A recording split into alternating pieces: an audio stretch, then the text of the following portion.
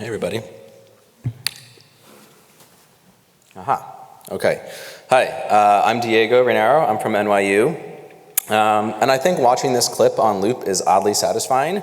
So if you haven't noticed already, every player in white on the Phoenix Suns NBA team moves in perfect unison with shared attention towards the ball and a common goal in mind to work together to beat their opponent and score at the other end of the court. And this synchronicity might be the key towards their success. So for decades, researchers have tried to identify the ingredients that go into identifying successful teams. And yet for a variety of reasons, scientists still know very little about how the brain supports group interactions. And so today I'm going to talk about the role of brain-to-brain synchrony in collective performance. Now before I talk about the brain, I want to step back to a time when Google embarked on an initiative codenamed Project Aristotle, where they went to study hundreds of Google's teams to try and figure out what went into building the perfect team. They studied how frequently people ate together, if they had the same hobbies, or if gender composition of the team mattered, or which traits the best managers had in common. But no matter how they looked at the data, it was almost impossible to find any patterns or any evidence that any composition of a team made any difference. As one of the Google People Analytics managers said, we looked at 180 teams all over the company. There was lots of data, but nothing showing that a mix of specific personality types or skills or backgrounds made any difference.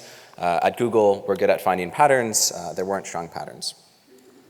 And maybe that's no surprise, because of our understanding of the human brain, how the human brain supports group interactions and team performance has been somewhat of a black box. Our typical ways of studying the human brain through fMRI and EEG often remove the social element, usually having one participant at a time perform a task in a somewhat constrained environment. But there's a richness to studying people in their brains in real time as they interact, and that might be useful to explore. And as folks have noted, like Schilbach, this has been termed the dark matter of social neuroscience, or as Stanley Adolphs put it, it's a hot topic for future study. And in fact, over the past 10 years or so, we've seen a flurry of research starting to explore the neural dynamics that occur when people actually interact with one another. And this real-time recording is called hyperscanning. And so far, the field is very much in its infancy, and there's a lot we don't know yet.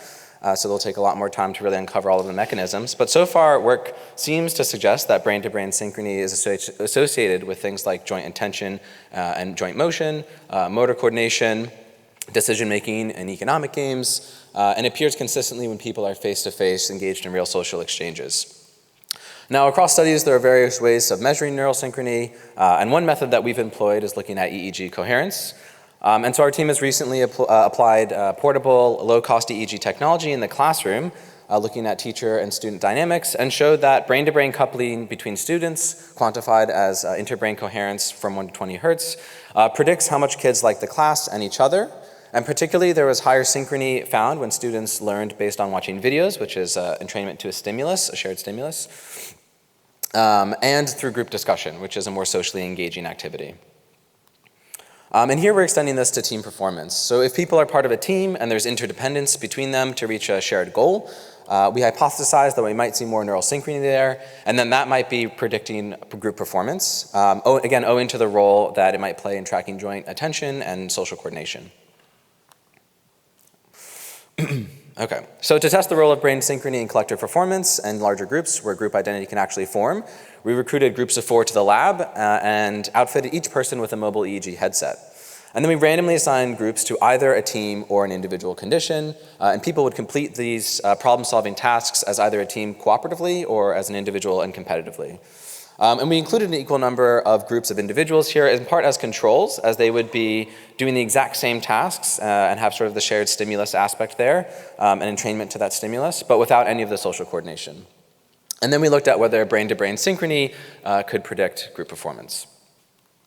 Okay, so in terms of manipulating groups to be in the team or the individual condition, we layered a few things to try and encourage group cohesion among teams and fracture it among individuals. So we gave everyone a monetary incentives, but for teams, we had that based on overall group performance, so the spoils could be shared. But among individuals, it was based on individual performance, so one person could win it all. We also had teams come up with a team name, whereas individuals would come up with a code name. And finally, we had teams briefly tap in synchrony to an audio beat, whereas individuals tapped to that same audio beat to themselves. And this physical tapping was again done to promote feelings of similarity that's been shown in previous research among teammates, but again, not so among individuals. And again, our goal here was to try and match some of the external similarities of the environment and the task structure between the two conditions, but to shift the psychological experience from one that was cooperative, that would build rapport among groups, to one that was more competitive and individualistic. And here's an example. You can see the team condition, I guess, on your guys' left is coming up with a team name, and on the right, they look pretty unhappy. And so you can kind of see a clear distinction as rapport is being built and people are pretty siloed off in the individual condition. And then so finally, after this manipulation, participants began working through these computerized problem-solving tasks, and these tasks ranged in terms of the type of task it was. So some require creative thinking, like brainstorming uses of an object. Some are pretty basic execution tasks, like retyping a passage of text. And some require more judgment or negotiation, like debating how to rank order items from a plane crash in terms of their importance for your survival. And then finally, after the problem-solving tasks, we had participants do a few survey items at the end, including a one-shot public goods game as a measure of cooperation, group identification and dispositional groupiness measures, the reading mind and the eyes test, a sort of a measure of emotion perception, and then of course demographics. So diving into the results, for the results I will show you all scatter plots and box plots and regressions. Everything that's in a bluish color will be the teams, anything that's in a red color will be individuals. And so first, to just look at group identification, we find that teams indeed are more identified as a group than individuals, which is just sort of a nice manipulation check for us. And in fact, we also saw that this extended to cooperation in our public goods game, such that teams gave on average $1 more to the public pot than did individuals, even though the one-shot public goods game incentivizes people to be selfish and just affect. That's technically the best choice, and to sort of hope that you can reap rewards from generous others. So this sort of suggests that people on teams are more trusting, having just gone through this group task with others. And when we look at group performance for these various tasks, here it's split out by the different tasks, we see that teams outperformed individuals on most problem-solving tasks, except those which are prone to process loss. So for example, here in this middle, highlighted by a yellow box, you can see that this is a task where actually individuals are doing better, and this is for the text retyping task where people are just retyping a passage of text, and you can imagine that if you're having to coordinate with a group and it's clunky to try and figure out who's going to write what and make sure that everyone's on the same page and then completing the passage of text, it's a bit more clunky, and it's something you could do a lot more efficiently and more accurately by yourself. So this sort of provides some nice discriminate validity for us. And when we look at whether neurosynchrony was higher among teams, surprisingly, we didn't see this. In fact, individuals at the group level were ever so slightly higher.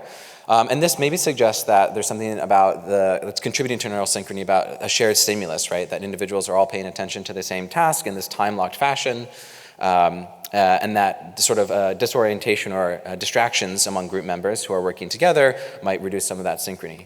However, we do find that neurosynchrony predicts group performance, but only among teams.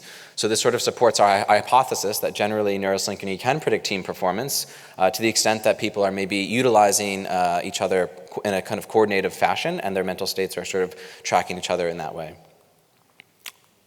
And so what's really interesting too is that, and ran counter to our initial predictions, was that self-reported group identification did not predict performance. So it's not like if you liked your group more that you did any better. And so this suggests that neurosynchrony can predict successful teams where self-report measures may fail to capture behavior, and sort of aligns nicely with the results presented earlier by Eliza, showing that there are things maybe more deeper than just some of the traits that we measure, some of the self-report measures that we have that can be predictive of how well we engage with other people, whether it's in a dating scenario or in a team performance task.